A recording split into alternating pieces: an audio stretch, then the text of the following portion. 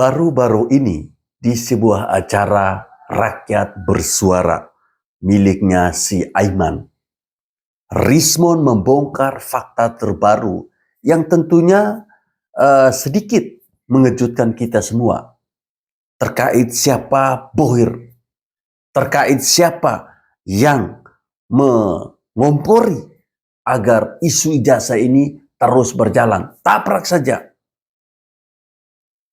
Teman-teman tahu siapa? Ada inisial AS. Banyak yang bertanya, siapakah itu AS? Saya yakin teman-teman juga pasti tahu AS itu siapa. Nah, untuk lebih memperjelas tentang apa yang saya katakan ini, mari bersama-sama kita menyimak cuplikan videonya berikut ini. Selamat menyaksikan. Masukkannya nama para podcaster, jangan menjadi kendor kalian ya. Nggak usah, anggap biasa, anggap ini tidak ada apa-apanya ya. Kalaupun misalnya suatu ketika nanti ada yang terpeleset, ada yang jadi tersangka, itu biasa saja. Ini apa tuh, resiko bagi perjuangan kita. Pak Roy Suryo sudah pernah dipenjara. Saya pikir apa yang dialami sekarang ini bagian yang sangat kecil dalam kehidupannya. Saya pun juga sudah pernah mengalami kriminalisasi. Jadi sekali lagi, ini tidak membuat kendor saya. Tapi yang terpenting saya ingin katakan bahwa siapapun yang bermain di dalam kasus ini, baik oknum aparat ataupun oknum-oknum yang berada di belakang Jokowi, akan saya hadapi sampai titik darah penghabisan. Kita harus rame-rame datang ke KPK atau ke kepolisian mengingatkan aparat penegak hukum agar supaya segera melakukan penyelidikan terhadap keluarga Mulyono. Sudah di finish kemarin, gimana Bang? Perdebatan Rismond dengan Roy. Sebenarnya saya itu narsum utama. Saya tahu ya, betapa tidak gentlenya seorang Roy. Jadi, hari Kamis yang lalu di acara interupsi iNews dihadirkan 4 narasumber. Ini adalah latar belakangnya. Narsum utamanya saya dari kubu kami dengan Andi Azwan. Narsum mereka ada Roy, ada Gofur. Yang Gofurnya naik kemarin sore ini. Ya. Lalu di situ Roy ini ngomongnya ngawur. Ketika kita debat dengan dia tidak sanggup jawab. Dia pasti nyerang pribadi. Berita acara sumpah saya lah, ini saya lah. Begitu juga dengan Gofur, sok ngajari. Saya bilang, kau jangan serang pribadi saya. Ini di ruang publik, dialog dengan logika. Kita adu argumen, kita adu logika. Ketika kau menyinggung pribadi saya, berarti kau siap berurusan dengan saya pribadi, ya dong? Maka saya selesai acara, saya datangi. Ayo kita beresin secara jantan. Takut dia. Nah, Selasanya kita sudah cerita ini dengan Arinda, dengan Roy, dengan Rismond, bahwa dengan saudara Rismond akan hadir. Tetapi, karena dia tahu saya salah satu narsum, dia minta tolong jangan dikuras, Mas. Karena dia tahu bahwa gempurannya kencang. Lalu saya mengalah karena target kita bagaimana Roy dengan Rismond bisa saling debat. Karena pelakunya kan mereka sebelum ini yang mengatakan ijazah ini palsu.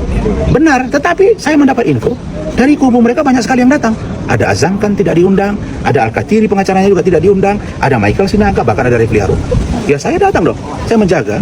Dan di situ saya melihat, karena saya menunggu Rismond ucapkan AS itu siapa. Ternyata dia berani ungkap AS adalah Abraham Samad. Nah kalau Abraham Samad ternyata bermain di kasus ini, dia yang mengkondisikan siapa yang menjadi pengacara litigasi di pengadilan, siapa yang non litigasi di media. Apa urgensi Abraham Samad? Berarti kalau orang mengatakan dia terlapor, kalau begitu patut diduga dia menjadi mastermind di kasus ini. Bisa diduga dia intellectual leader. Saya minta penyidik Polda Metro Jaya untuk memeriksa Abraham Samad. Sebagai apa dia di kasus ini? Nah makanya semakin terungkap nih. Apalagi ada bahasa dari Rismond yang mengatakan bahwa dia keberatan. Ada 2 pengacara di media yang mengatakan bahwa bahwa sudah lanjut aja, 100 tahun juga di penjara nggak apa-apa. Kan begitu bahasa pengacaranya. Saya tanya kalian, sejak kapan ada pengacara ngomong begitu? Emang yang di penjara dia 100 tahun enak apa? Ternyata ini dikomplain oleh Rismond. Rismond bilang, saya keberatan nih. Akhirnya dia datangilah si Khozidudin, dia datangilah si Gofur, dia datangi Abraham Samad. Ada Roy, dia bilang, saya keberatan. Kenapa ngomong kalian begitu? Yang tersangka saya yang bakal masuk penjara saya. Mereka bilang, mohon maaf, kami disuruh Abraham Samad. Dan Abraham Samad juga dikomplain sama Rismond. Abraham Samad, iya memang saya yang suruh, mohon maaf. Sekarang saya tanya kalian, apa ini? Ada apa dengan skenario ini? Jadi kalau ada sebutan 5 miliar, 50 miliar, itu nanti satu-satu akan terungkap. Apalagi yang ngomong ke saya, bilang 20 miliar, baru mau datang ke sini. Begitu saya omongi, besoknya keluar, katanya canda. Masa canda berhari-hari? Komunikasi, udahlah. Roy, Tifa. Di antara mereka yang berempat ini, ada 5 nih kan? Roy, Tifa, Rustam, Rizal Fadila, Kurnia. Satu dari 5 ini sudah ada ngomong 20 M. Katanya membantah. Oke, saya dapat info dari 4 ini masih ada 1 nih yang lagi berusaha ke Bapak untuk restoratif justice. Nah, ini yang saya mau komunikasi. Masih ada nggak buka ruang? Kalau kami dari tim Pak Jokowi yang dukung, nggak mau lagi kami ada. Supaya segera cepat disidangkan dan dapat kepastian hukum. Benar nggak? Nah, saya kira itu. Thank you. Oke, thank you, Bang.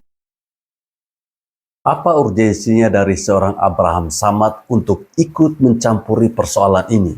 Bahkan tadi kita mendengar dia seperti mengkompor-kompori orang agar untuk tetap maju. Mau dipenjara 100 tahun pun tidak masalah. Nah. Saya jadi menduga, ya, kenapa Abraham Samad ini ngotot sekali. Karena dia ini, teman-teman, stres. Dia ini jengkel dengan Bapak Jokowi. Loh, kenapa bisa jengkel? Ya, teman-teman ingat tidak? Saat Pilpres kali lalu, di periode kedua atau yang pertama ya, kalau tidak salah yang kedua, itu nama Abraham Samad bahkan disebut-sebut sebagai calon kuat wakil presiden mendampingi Bapak Jokowi.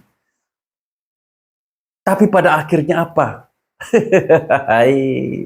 Abraham Samad tidak dipilih, tidak dipinang. Ya mungkin Bapak Jokowi tahu integritas dari seorang Abraham Samad itu seperti apa. Jadi itu tidak menjadi pilihan. Hanya Abraham Samad saja yang kelewat PD. PD-nya terlalu tinggi. Jadi akibatnya apa? Hasilnya apa sekarang kita lihat? Ngocak-ngocek tidak jelas. Mantan pejabat loh.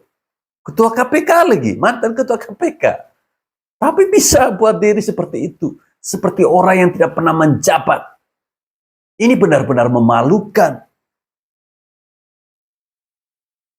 Jadi saya sepakat dengan Rismond. Dia keluar karena dia melihat bagaimana perjuangan ini sudah tidak sesuai dengan arah, dengan rencana awal. Ini sudah ada unsur politiknya. Makanya dia keluar. Bahkan sampai ada kata maaf. Tadi si Gofur juga terlalu bertele-tele. Ditanya apa, dia jawabnya apa.